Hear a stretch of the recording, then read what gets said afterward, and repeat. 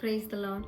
அனைவருக்கும் இனிய புத்தாண்டு தின நல்வாழ்த்துக்கள். கடந்த வருடமெல்லாம் நம்மை ஆண்டவர் பத்திரமாக பாதுகாத்து இந்த புதிய வருடத்தை நம்மை காண செய்திருக்கிறார். அதற்காக ஆண்டவருக்கு நம்ம நன்றி சொல்லி சோஸ்திரம் பண்ணி இந்த ஆண்டிற்குள்ள நம்ம பிரவேசிப்போம். இந்த வருஷத்துல ஆண்டவர் நமக்கு கொடுத்த வாக்குத்தத்தம் என்னன்னா, உபாகமம் 11வது அதிகாரம் 11, 12வது வசனம்.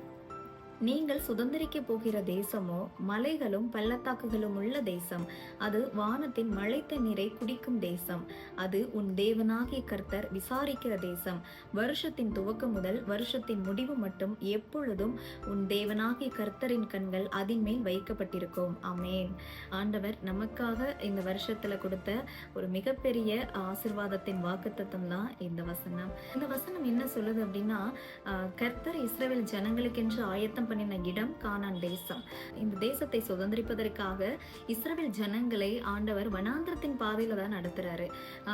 ஆண்டவர் நினைச்சிருந்தா அவர்களுக்கு அந்த வனாந்திரமே அனுமதிக்காம டைரக்டா அங்க கொண்டு வந்து விட்டுருக்கலாம். ஆனா ஆண்டவர் இந்த வனாந்திரத்தின் பாதையில தான் இஸ்ரவேல் ஜனங்களை வழிநடத்தி கொண்டு வருகிறார். எகிப்துல இருந்து கானான் தேசத்திற்கு ஒரு குறிப்பிட்ட நாட்கள்லயே ரீச் ஆயிடலாம் அப்படின்னு சொல்றாங்க. ஆனா ஆண்டவர் ஏன் 40 வருஷம் அந்த வனாந்திரத்துல இஸ்ரவேல் ஜனங்களை நடத்தினார்? அதாவது எகிப்துல இருந்து அந்த கானான் தேசத்தை சுதந்திரிப்பதற்கு அந்த இடைப்பட்ட நாட்கள் 40 வருஷம். ஏன் இந்த வனாந்திரம் அப்படின்னு நம்ம யோசிச்சோம் அப்படின்னா, ஆண்டவர் சில நன்மைகளை உடனே கொடுத்துருவாரு. அவர்னால உடனே கொடுக்க முடியும். சில நன்மைகளை அந்த வனாந்திரத்தின் பாதையில நடத்தி கொண்டு போய் தான் அந்த நன்மையவே காண செய்வார். ஏன் இந்த வனாந்திரம்? இந்த வனாந்திரம் நம்மை அழிப்பதற்காக கிடையாது, நம்மை திருத்தி வாழ வைப்பதற்காக தான். ஒருவேளை கடந்த வருஷம் உங்களுடைய வாழ்க்கை ஒரு வனாந்திரமான வாழ்க்கையா இருந்திருக்கலாம்.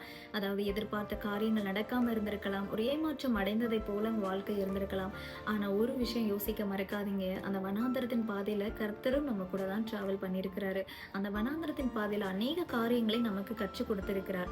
நம்ம எப்படி வாழணும், நம்ம வாழ்க்கையை நம்ம எப்படி திருத்திக்கணும், நம்மளுடைய பழைய சுவாபங்கள் எல்லாவற்றையுமே நம்மளை விட்டு எடுத்து போட்டிருக்கிறார் ஆண்டவர். பழைய அழுக்கான காரியங்கள், தீமையான காரியங்கள் நம்ம கிட்ட இருந்து வெளியில ஆண்டவர் எடுத்து போட்டிருக்கிறாரு. அதை நம்மளாலேயே ஃபீல் பண்ண முடியும். உங்க வாழ்க்கையில எது மாறி இருக்கோ இல்லையா, ஆனா நீங்க மாறி இருக்கீங்க இல்லையா, ஆண்டவருக்குள்ள நம்ம நெருங்கி வந்திருக்கிறோம். ஆவிக்குரிய வாழ்க்கையில கொஞ்சம் வளர்ச்சி அடைந்திருக்கிறத நம்மளால ஃபீல் பண்ண முடியுது. அதனாலதான் ஆண்டவர் இந்த வனாந்தரத்தின் பாதையை நம்மளுடைய வாழ்க்கையில அனுமதிக்கிறார். சோ கடந்த வருடமெல்லாம் அவரையே நோக்கி இருந்த நம்முடைய கண்கள் இந்த வருடத்துல நமக்கு வேண்டிய நன்மைகளை ஆண்டவர் நம்மை காண வைக்க போகிறார். அததான் ஆண்டவர் சொல்றார், நீங்கள் சுதந்திரிக்க போகிற தேசமோ, ஆண்டவர் நமக்கான தேசத்தை, நமக்கான நன்மைகளை சுதந்திரிக்க வைக்க போகிறார். நமக்கு வேண்டிய நன்மைகளை, நமக்காக ஆயத்தம் பண்ணின நன்மைகளை நம்மை காண வைக்க போகிறார். அதை சுதந்திரிக்க வைக்க போகிறார். சோ நம்முடைய வனாந்திரத்தின் வாழ்க்கை இதோ முடிவுக்கு வந்துவிட்டது. நம்முடைய காத்திருப்புக்கு முடிவை கர்த்தர் தந்து விட்டார். ஆண்டவர் நமக்காக வைத்திருக்கிற நன்மைகளை நம்ம சுதந்திரிக்க போகிறோம். ஆனா ஒரு விஷயம், ஆண்டவர் நமக்கு ஒரு ஆசீர்வாதத்தை கொடுக்கிறார் அப்படின்னா அதற்கு முன்னாடி நிபந்தனையை நமக்கு வச்சிருப்பார் இல்லையா? அதுல இந்த வசனத்திற்குரிய நிபந்தனை என்ன வச்சிருக்கிறார் அப்படின்னா, கர்த்தரில் அன்பு கூர்ந்து அவருடைய வழிகளில் நடந்து அவர் கற்பனைகளை கை கொண்டு அவரை பற்றி கொண்டு அவரை முழு இருதயத்தோடும் முழு ஆத்மாவோடும் நம்ம சேவிக்கணும். இதுதான் ஆண்டவர் நம்ம கிட்ட எதிர்பார்க்கிற. அவர் செய்த நன்மைகளை நம்ம எப்போதுமே நினைத்து அவரை நம்ம சோஸ்தரிக்கணும். அவர் மேல நம்ம அன்பு கூறணும். அதை தான் ஆண்டவர் எதிர்பார்க்கிறாரு. நன்மையை பெற்றுக்கொண்ட உடனே நம்ம ஆண்டவர் மறந்து போயிடக்கூடாது. அவர் செஞ்ச நன்மைகளை நம்ம ஒரு நாளும் அதை மறந்து போகாதபடிக்கு அவரில் அன்பு கூர்ந்து அவர் என்ன சொல்கிறாரோ அவருடைய கற்பனைகளுக்கு நம்ம கீழ்ப்படிந்து அவருக்கு நம்ம செவி கொடுத்து அவர் மேல நம்ம முழு இருதயத்தோடும் முழு ஆத்மாவோடும் அவரை நம்ம சேவிக்கணும். இதைத்தான் ஆண்டவர் நம்ம கிட்ட எதிர்பார்க்கிறாரு. யோசுவா 21வது அதிகாரம் 43வது வசனம் என்ன சொல்லுது அப்படின்னா, இந்த பிரகாரமாக கர்த்தர் இஸ்ரவேலுக்கு கொடுப்பேன் என்று அவர்களுடைய பிதாக்களுக்கு ஆணையிட்ட தேசத்தை எல்லாம் கொடுத்தார். அவர்கள் அவைகளை சுதந்திரித்து கொண்டு அவைகளிலே குடியிருந்தார்கள். இந்த வசனம் நம்மளுடைய வாழ்க்கையில இந்த வருஷம் சாட்சியாக மாறப்போகுது. ஆண்டவர் நம்முடைய கைகளில நமக்கு வேண்டிய நன்மைகளை கொடுக்க போகிறார். இந்த வசனம் நம்முடைய சாட்சியாக மாற ஆண்டவர் நமக்கு உதவி செய்வார். நம்மளும் ஆண்டவருடைய எதிர்பார்ப்பை நம்ம நிறைவேற்றணும்.